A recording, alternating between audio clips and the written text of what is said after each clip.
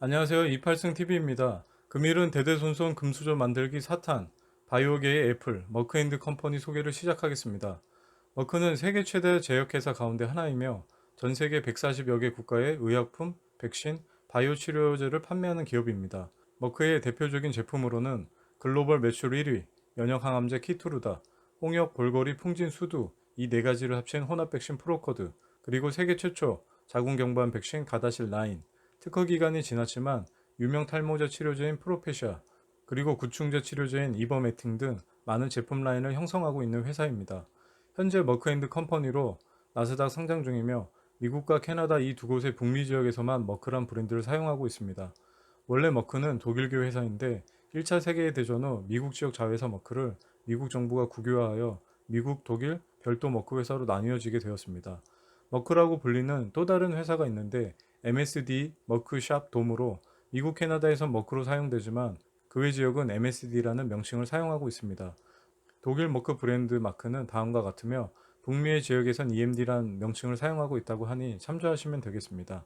머크 앤드 컴퍼니의 블록버스터 약품은 어떤 것들이 있을까요?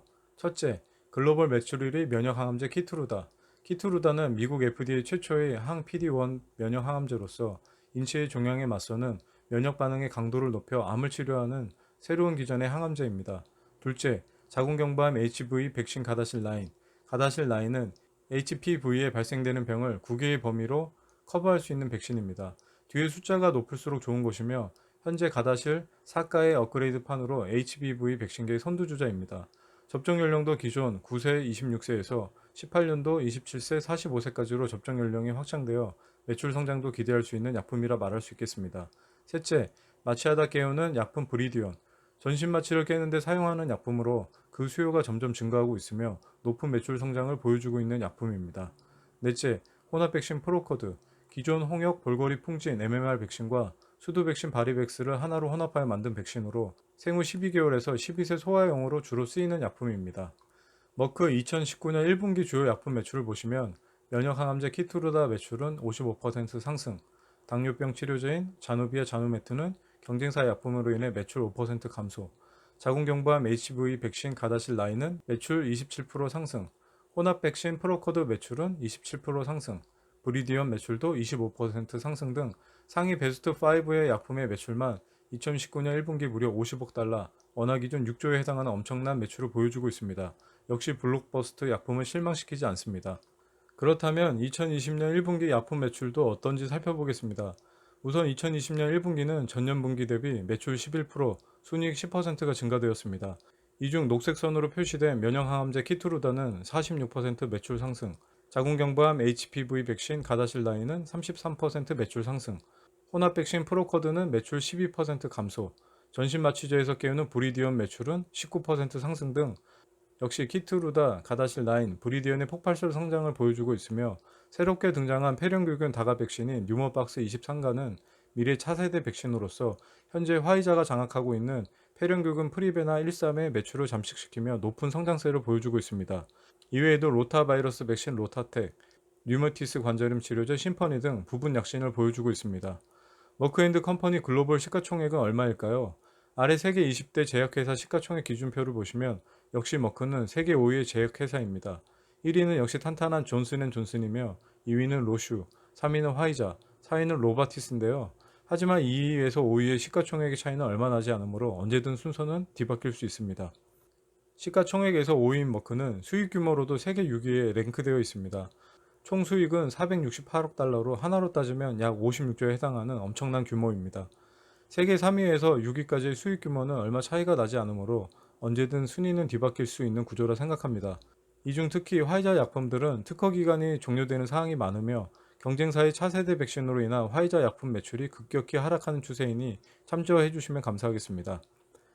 다음은 글로벌 제약사 연구개발 R&D 투자 규모는 어떤지 살펴보겠습니다. 매출액 대비 R&D 비율을 보시면 머크는 21.6%로 제약회사 1위 존슨앤존슨, 2위 로슈 업체와 거의 동일한 연구개발비를 진행 중에 있습니다. 제약사에서 제일 중요한 R&D 투자 역시 머크앤드컴퍼니 CEO 케네스 프레지어의 경영 마인드가 참 좋은 것 같습니다. 다음으론 글로벌 제약회사 M&A 동행에 대해 살펴보도록 하겠습니다. 2018년 19년엔 주로 항암제와 희귀질환 관련된 기업 인수합병들이 진행되었습니다. 이 중에 대다수는 항암제 관련 회사들이었는데요. 이 중에 머크는 PD-1 면역 항암제 키투르다의 낮은 반응률을 개선하기 위해 펠로톤을 22억 달러에 인수하였다고 합니다. 상기 M&A를 보시면 항암제, 희귀질환, 세포 유전자 치료제에 집중적인 투자를 진행하고 있습니다. 글로벌 항암제 시장 전망은 매년 16에서 20%씩 상승할 예정이며 그중 면역 항암제 1위 머크사의 키투르다도 암에 대한 적응증을 확대하여 약품들이 침투할 수 있는 시장 규모를 키우고 있는 상황입니다. 이로 인한 키투르다의 2024년 매출 전망치는 180억 달러로 전망하고 있으며 이것은 2018년 대비 약 2배 이상의 성장을 보여주고 있습니다. 이러한 면역 항암제 키투르다의 매출 순위를 보여드리도록 하겠습니다. 현재 표를 보시면 키투르다는 2024년까지 경쟁 제품인 미국 글로벌 제약사 BM회사의 옵디보의 매출액을 뛰어넘으며 미래 면역 항암제 시장에서 세계 1등의 위용을 과시하고 있습니다. 표의 랭크 2위로 표시된 휴미라는 인류가 판매한 약품 중에 단일 약품으로 가장 많이 팔린 약인데요. 에브비라는 회사의 약품으로 자가면역 질환 치료제로 주로 쓰이고 있다고 합니다. 휴미라의 작년 매출액이 200억 달러, 약 24조 원이지만 휴미라의 특허 만료는 2023년으로 이에 따른 2024년 매출 전망치가 절반으로 줄어든 점은 참조하시면 되겠습니다. 면역 항암제 키투르다의 성장은 어디까지일까요? 키투르다는 2분기 매출액만 무려 105억 달러, 약 12조 원을 달성하였으며 미래 2026년 매출액은 2019년 대비 2배 성장을 예상하고 있습니다. 약품 하나로 이러한 수익을 창출할 수 있는 능력이 놀랍지 않으신가요? 현재 머크는 백신 시장에서 특히 우위를 점하고 있는 회사입니다. 에볼라 바이러스, 폐렴 바이러스, 코로나 바이러스 등 나날이 커지고 있는 백신 시장에서 머크는 글로벌 백신 시장 점유율이 2017년 기준으로 세계 1등의 위협을 달성하였습니다. 그중 백신 시장 규모 중 자궁경부암, 폐렴규균의 시장이 점점 커지고 있는데 머크의 자궁경부암 백신 가다실 9, 폐렴구균 다가백신 뉴머박스 23의 성장이 매출에 많은 도움을 줄 거라 판단됩니다.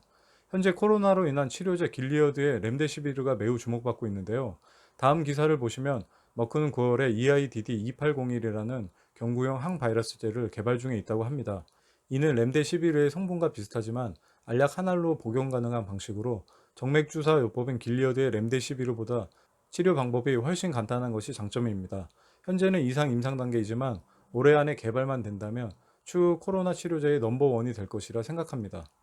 다음으로 머크는 코로나 치료제뿐만 아니라 현재 백신에 대해서도 그 누구보다 안전하고 효과적인 코로나 백신을 연구 중에 있습니다.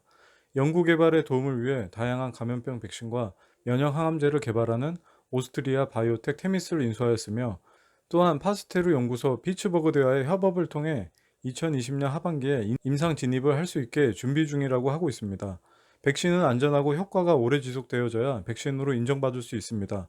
한 걸음 한 걸음 정석대로 내딛는 머크의 백신이 빨리 개발되었으면 좋겠습니다.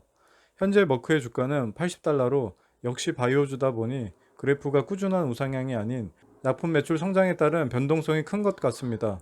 하지만 최근 10년간 우상향하는 예쁜 패턴을 보여주고 있으며 블록버스터 약품인 키투르다, 가다실 등 높은 매출 성장을 통해 향후 5년간의 성장은 폭발적으로 예상되어집니다. 배당 또한 무려 3%를 주고 있으며 배당률 또한 꾸준히 증가하는 추세입니다. 이런 성장과 배당을 동시에 챙길 수 있는 바이오 기업 탐나지 않으신가요? 다음은 글로벌 경쟁사 바이오 기업과 이익 밸류의 표를 준비해 보았습니다. 보여지는 표는 2018년 4분기 작성된 글로벌 바이오 기업의 매출 및 이익 밸류의 수치이며 2019년 20년은 실제 수치가 아닌 미래 예상 수치입니다. 이 표는 전반적인 글로벌 기업의 매출 및 이익 밸류의 흐름을 보여드리고자 준비한 사항입니다. 머크의 2020년 예상 수치를 보면 PER 16, PBR 7.5, ROE 50을 보여주고 있습니다. 먼저 PER 16이라는 의미는 16년의 수익을 내야 현재 기업의 가치에 도달한다는 의미입니다. 따라서 PER이 적으면 적을수록 저평가, 높으면 고평가로 평가됩니다. 하지만 PER이 낮다고 하여도 기업의 미래 성장성이 없다면 PER의 숫자는 의미가 없습니다. 또한 PBR 7.5의 의미는 이 기업이 파산하여 청산될 경우 투자금을 7.5명이 나눠받는다고 생각하시면 됩니다. 따라서 이 PBR 수치가 작을수록 회사 청산 시 내가 받는 금액이 많아지므로 기업의 자산 가치는 저평가로 해석되어질 수 있습니다. 마지막으로 ROE 50이란 의미는 1억 원의 투자금을 투자 시 50%의 이익을 낼 수 있다는 의미입니다. 따라서 ROE 수치가 높다는 의미는 이익의 마진 및 회사의 성장을 보여주는 높은 지표 중의 하나라고 생각합니다. 현재 은행 금리가 1%도 안 되는데 이 회사는 1억을 투자하면 50%의 순이익을 낼 수 있다니 엄청난 회사 아닌가요? 물론 대표 약품의 매출이 떨어지면 회사의 수익률 또한 떨어지니 기업의 지속적인 관심은 필요합니다. 현재 개인 신용융자가 14조에 육박하는데 대부분의 동학개미들은 삼성 바이오로직스, 셀트리온, 시젠 등 국내 바이오 기업에 많은 투자를 하고 있습니다. 그중 셀트리온과 머크의 PER, PBR, ROE 비교 차트를 통해 왜 글로벌 바이오 기업을 선택해야 하는지 그 이유를 설명드리겠습니다.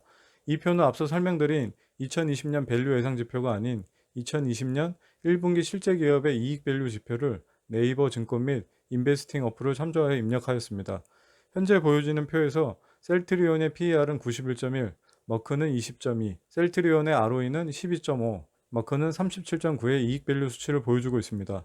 PER은 수치가 낮을수록 저평가, ROE는 수치가 높을수록 회사의 이익률이 높다는 뜻인데 이 수치만 비교하여도 셀트리온은 머크 대비 PER 기준 4배 이상 고평가, ROE 기준 이익률은 머크의 3분의 1 수준에 이르는 회사라 말할 수 있겠습니다. 이뿐만 아니라 1분기 당기순이익도 셀트리온은 1,053억, 머크는 3.8조 원으로 벌어들이는 이익 규모 자체가 틀립니다. 이제 왜 글로벌 바이오 기업이 좋은지 아시겠죠? 마지막으로 머크 앤드 컴퍼니 투자 포인트를 설명드리며 마치겠습니다. 머크는 블록버스터 약품들이 많은데 이 약품들의 머크의 성장을 높게 뒷받침해주고 있습니다. 첫 번째, 면역 항암제 키투르다. 기존 화학 항암제나 표적 항암제의 단점을 보완한 3세대 항암제로 현존 면역 항암제 시장 넘버원입니다. 1차 치료제로 주로 사용하고 있으며 지속적으로 암 적응증을 계속 확대하여 시장의 지배력을 높이고 있는 효자 약품 중 하나입니다. 2020년 1분기 매출은 33억 불, 약 4조, 2분기 매출 105억 불, 약 12조로서 머크의 주된 성장 동력원 중 하나입니다. 두 번째, 자궁경부암 백신 가다실 라인. 가다실 라인은 접종 연령이 기존에는 9세에서 26세였으나 2018년도에 27세에서 45세 접종이 가능하도록 변경되었습니다. 이로 인해 사용 연령이 많아져 매출이 지속적으로 성장하고 있습니다. 2020년 1분기 매출은 11억 불, 약 1.3조를 달성하였습니다. 세 번째, 전신 마취를 깨는 데 사용되는 약품 브리디온. 2020년 1분기 매출은 3억 불, 약 3,600원을 달성한 약품이며 계속해서 사용 수요가 늘고 있어 추후 전망이 좋게 예상되어집니다. 네 번째, 혼합 백신 프로코드. 프로코드는 홍역, 볼거리, 풍진, 수두 이 네 가지 항목에 대한 단 한 개의 백신으로 커버할 수 있는 약품입니다. 주로 생후 12개월에서 12세까지 소아용으로 사용되며 2020년 1분기 매출은 4.4억 불, 약 5천억 원을 달성하였습니다. 다섯 번째, 머크사의 폐경균 다가 백신 뉴먼박스 23. 폐렴규균 다가 백신인 뉴먼박스 23은 차세대 백신으로서 현재 화이자가 장악하고 있는 폐렴규균 백신 1위, 프리베나 13을 위협 중이며 23가라는 엄청난 폐렴규균 백신으로 향후 성장성이 기대되는 약품입니다. 2020년 1분기 매출은 2.5억 불, 약 3천억 원을 달성하였습니다. 여섯 번째, 이외에도 머크는 에볼라 치료제를 최초 개발한 바이오계의 애플이란 칭호를 들을 만한 기술력을 지니고 있으며 현재 특허 기간이 끝났지만 탈모 치료제 원탑인 프로페시아를 만든 회사이기도 합니다. 또한 이 밖에 동물 건강 부분 백신 및 약품 글로벌 3위를 유지하고 있으며 흔히 우리가 알고 있는 구충제도 머크사의 제품입니다. 머크는 R&D 투자도 세계 3위에 걸맞게 여러 글로벌 기업들과 신약 개발에 항상 힘쓰고 있으며 최근 아스트라제네카와 PARP 억제제인 람파자를 개발했고 최근 FDA로부터 전립선암과 난소암에서 우선순위 검토 대상이 되면서 또 한 번의 성장을 예고하고 있습니다. 바이오의 미래 성장 동력인 면역 항암제와 백신의 뛰어난 능력을 보여주고 있는 머크. 국내 셀트리온, 삼성 바이오로직스보단 이런 세계적인 바이오 제약 기업인 머크앤드 컴퍼니를 고려하는 것은 어떨까요? 너무 좋은 이야기만 한 것 같아 머크 투자 유의사항도 같이 설명드리도록 하겠습니다. 유의사항 첫 번째로 당뇨 치료제 자누비아, 자누메트의 매출은 1분기 매출만 12억 불, 1.4조로 수익이 나쁘진 않지만 2023년 특허 만료 및 시장 경쟁 심화에 따른 2에서 5% 안팎의 역성장이 예상되어집니다. 둘째, 머크의 성장 주역인 키투르다의 성장이 둔화된다면 강점에서 약점으로 될 수 있습니다. 셋째, 여성 건강 부분 혹은 특허가 만료된 레거시 브랜드 이런 것들을 따로 분사하여 새로운 머크를 만들어서 넘기겠다고 계획 중인데 이것이 긍정적 효과인지는 지켜봐야 하겠습니다. 넷째, 코로나로 인한 영업활동 제한, 임상을 진행하려면 환자도 모집해야 하고 기존 환자도 케어해야 하는데 이 부분의 관리가 어려워 보입니다. 바이오 헬스케어의 비중을 고려하시는 분들을 위해 국내 바이오 기업보단 글로벌 바이오 기업의 투자가 답인 것 같아 열심히 준비해 보았습니다. 구독자분들의 바이오 기업 투자 가이드에 도움이 됐으면 좋겠습니다.